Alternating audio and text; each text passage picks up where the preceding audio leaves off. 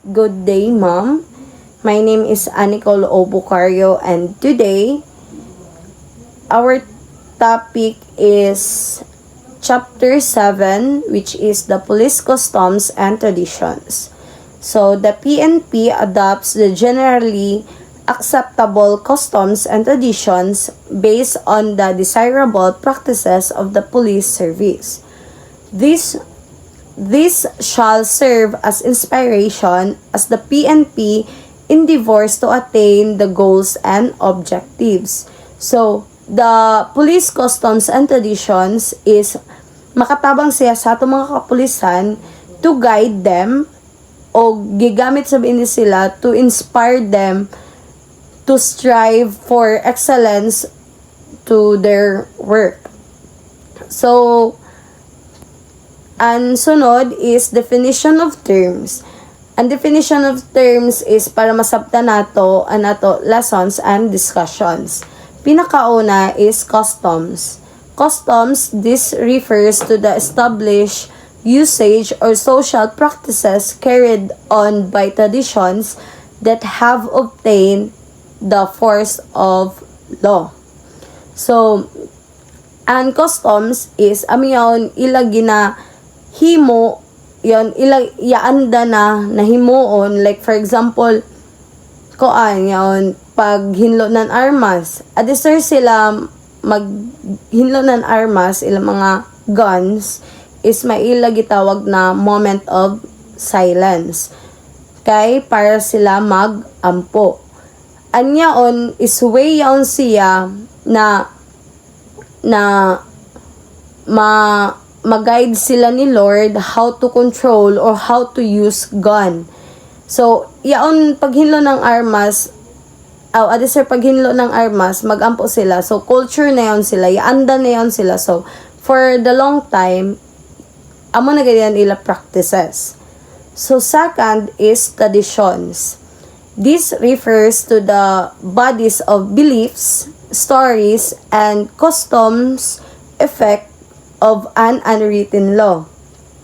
So, ang traditions is amayan ila pagtuo or yan history ng ila koan. Like, for example, may patay na police. So, they have payon gun of honor. Yan, pag may mapatay, tas ilubong na sila, di ba, magpapusil bitaw sila. So, traditions na yan nila, kada may mapatay na pulis, magpa-pusil sila. Maggamit sila ng gun, papusil. Last is courtesy. This pertains to a manifestation or expression of consideration and respect for others. So, ang courtesy is simple na siya, showing respect to each other. So, like for example, yaon si chief. So, musalot yaon sila para showing the chief some respect. Or mulang sila, sir, ma'am, amo dayon siya an courtesy. Good day, ma'am. I am Kalame Alboniti and I am the next reporter. So next is the ceremony, social decorum, police customs, on courtesy. First is ceremony. So this pertains to a formal act or a set of formal acts established by customs or authority as proper to special occasion. So ang ceremony ko no is isa ini siya ka formal act or a set of acts na gina-follow ang mga customs or authority. So this typically performed on special occasions. So example na niya siya is mga graduation ceremonies, award ceremonies, military promotion ceremonies, o damo pa. Then ini sila is mga ceremonies na mailayon mga specific rituals or protocols and formalities na gina-follow. Next is the social decorum. So this refers to a set of norms and standards practiced by members during social and other functions. So, an social decorum is isa ini siya ka unwritten rules or norms that govern behavior, especially in social situations. So, example is yon dili bitaw magamit ng cellphone labi na kun yaon ka mo sa isa ka meetings or laon ta lang formal dinner. So dili aside sa yaon, dili sa mag-interrupt na yaon kunya oy payag storya sa imo front. Then dressing appropriately og basta yaon dili mo labag sa mga rules ug norms nan isa ka organization. Next is police customs on courtesy or salute. So the salute is the usual greeting rendered by the uniformed members upon meeting and recognizing persons entitled to a salute. So an police customs on courtesy or salute. So ang salute is hibaw na sa kita na isa ini siya na paagi ng pag-greet sa isa ka uniformed officer or personnel. So it shows respect to individuals entitled to a salute such as sa imong superior officer, high-ranking officials og labi na yan sa ato national flag. So by following these customs and protocols, police officers demonstrate their commitment to discipline, respect, and professionalism. That's all, ma'am. Thank you. So, good day, ma'am. I am the third reporter. I'm Ixalia Vivandoy. So, my report is salute to national color and standard. The members stand at attention and salute the national color and standard as it passes by them or when the national color is raised or lowered during ceremonies. So, ang pasabot ng salute to national color and standard is, an ako example ini is, yon sa during ng flag ceremony is ang mga PNP personnel is mohunong gayud og mo salute gid sa Philippine national flag kay yon siya is gasign niya on respect og ginaanad na sa bihon nila. Next is address or title.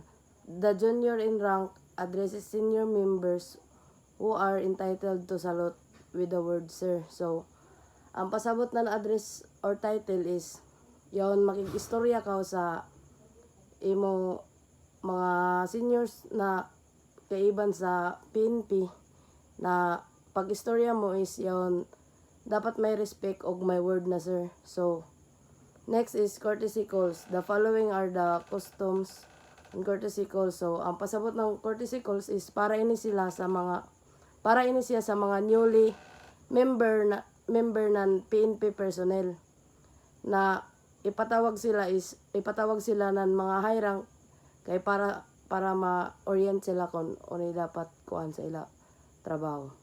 That's all, ma'am. Thank you. Good day, ma'am. My name is Renier Uriarte, and this is my part of our report, no? The courtesy calls. So, courtesy call. So, the first courtesy call is courtesy call of newly assigned appointed member. So, laong nga di, PNP members who are newly appointed or assigned in a unit or command call on the chief of the unit or command and to other key personnel for accounting, orientation, and other purposes, no? So as a newly appointed member, you must call on the chief of the unit or command and to other key personnel for accounting. So the primary purpose also of this courtesy call is to formally introduce themselves, express respect, and establish professional working relationships, no? And isa pa sab is also to serve as an opportunity to clarify rules or to be guided to clarify rules. So in order to clarify rules in order for you to exercise or to know what is the kung ano mo himuon, no? And also is to clarify rules, responsibilities, and to seek guidance in their new position, no? And to be guided by your high-ranking officers. So that is the primary purpose of courtesy calls.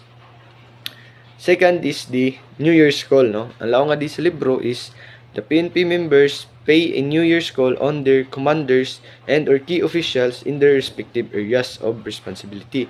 So this traditional practice where members pay formal visits to their superiors and other relevant personnel to offer New Year greetings. I mean, a New Year's call. So, um, it reinforces hierarchical relationship to make or to fosters camaraderie, no? And also to provide an opportunity for informal communication and updates. So, also, New Year's calls, it is a demonstration of respect and the maintenance of positive professional relationship, no? This can also help you build a good relationship with your co-workers or co-officials or with your high-ranking officials. By this New Year calls, you can maintain a positive professional relationship, no? So the third one would be the promotion calls, no? So lao nga di sa libro, newly promoted PNP members call on their unit head. On this occasion, they are usually given duly recognition and congratulation by their peers for such deserved accomplishment, no? So an officer who receives a promotion or who is promoted or yeah, will going to make a one. So lang nga di, newly promoted PNP members call on their unit head, no? Following a promotion, so the newly promoted members make a formal call to their superior or unit head to for congratulations, example, like that. So this promotion calls also is this serves to formally announce the promotion, no? To formally announce, so para may pahibaw sa kadaghanan or sa mga officials na ikaw is na-promote or may imong bago na accomplishment. And also, to express gratitude for the opportunity and acknowledge the support received, no? So, kung ikaw sab is tabangan ng iyong mga officer para ma-promote, you need to express your gratitude to them, no? To give your thanks, no? To show that you are thankful for the accomplishment that you received. Also, it allows for a discussion of the increased responsibilities and duties associated with the new rank. And also, given that you are promoted, then you need to follow a new set of rules or duties associated with your new rank, no? So you have to be guided by your officers. Kung ano mo himuon kay one step ahead na sa kao or one step na kao nang one step promoted na kao. So dapat need nimo ng guidance kung unoy dapat himuon nimo sa yaon nimo na rank. Kay of course it is your first time. So that would be all. So thank you for listening. Good day, ma'am. My name is Brooke Silvano. This is my reporting the exit call. The exit call PNP members pay an exit call on their superior in unit or command when relieves or resign out of the said unit or command.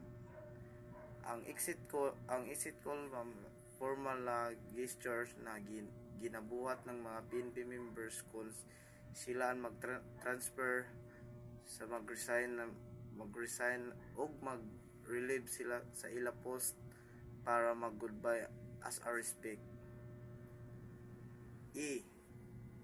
Courtesy of the post. The host unit extends the hospitality to visiting personnel who pay respect to the command or unit. And courtesy of the post ang paghatod sa na tagpakita sa isa ka host ng angan unit o komando dito sa mga bisita sa personahe o opisyal. Sa rank if rank has its own privilege. PNP members recognize the practice that different rank carry with them corresponding privilege. Amin ni rank has the privilege at inihang pag principle ang magtaas ng ranggo ay kibat na mga privilege tungod sa mga dagko nila na responsibility o authority na hawid ng mga opisyal. That's all. Thank you, ma'am.